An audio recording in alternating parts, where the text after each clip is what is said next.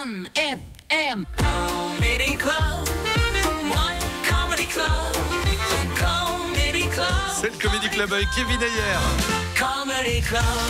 Le One FM Comedy Club. Comment va-t-il notre Kevin? Mais très bien, parce qu'en ce moment, je regarde beaucoup de séries. Voilà, j'arrache le pansement tout de suite, je les regarde en VF. Désolé.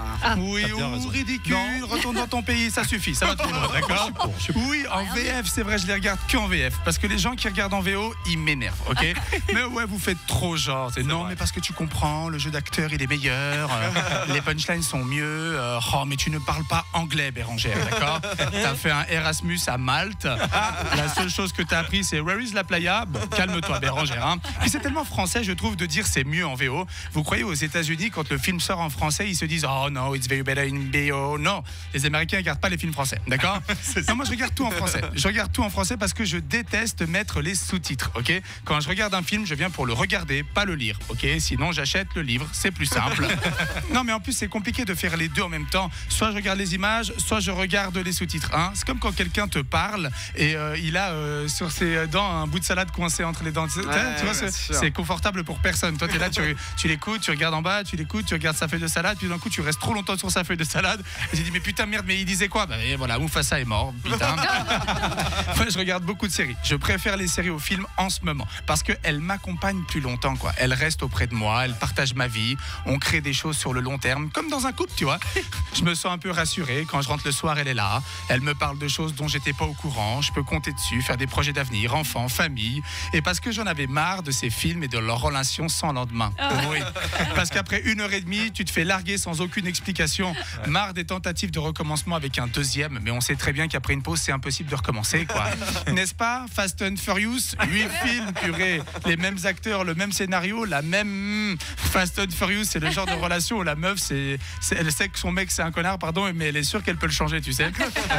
Moi, la série que j'ai le plus kiffé, c'est Game of Thrones. Ok, Game of Thrones, tout le monde va vivre Game of Thrones, ouais, des dragons, des nains, des frères et sœurs qui couchent ensemble, de l'alcool, voilà. Une série produite par le Valais, quoi, c'est génial. Non, si je vous parle de Game of Thrones, c'est parce que, attention, quand j'étais à Paris, moi j'ai failli tourner dedans. Oui. Et ouais, et c'est pas dingue ça, mais j'ai refusé. Bon. Et ouais, parce que j'avais pas envie d'être spoilé. Voilà. Non, mais parce que moi, cette série, elle a déchaîné trop de passion en moi. J'avais pas envie de tourner dans Game of Thrones parce que ça aurait revenu à rompre la magie des images. J'avais pas envie d'arriver le premier jour sur le tournage et voir 3 connards devant des fonds verts avec des capteurs sur tout le corps faire.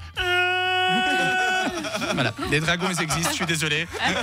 J'avais pas envie d'apprendre qu'en fait Tyrion Lannister il est pas nain et qu'après chaque fin de prise ils se lèvent et qu'ils disent putain mais ça nique les genoux cette série quand même, non? On a peut-être dû accepter Fort Boyard, quoi.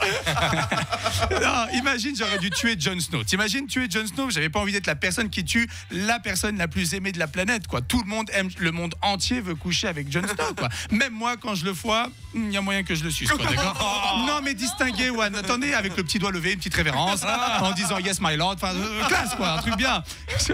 Moi si je tue Joe, oui parce qu'après l'avoir sucé on aurait des petits surnoms tous les deux. Je l'appellerais Joe, lui m'appellerait Kay. Joe et Kay, le couple le plus hype de la rive droite, ça aurait été génial. Les gens diraient du truc, oh mais t'as vu ce qui s'est passé chez Joe et Kay, embrouille avec les Kardashians, ça aurait été génial, quoi.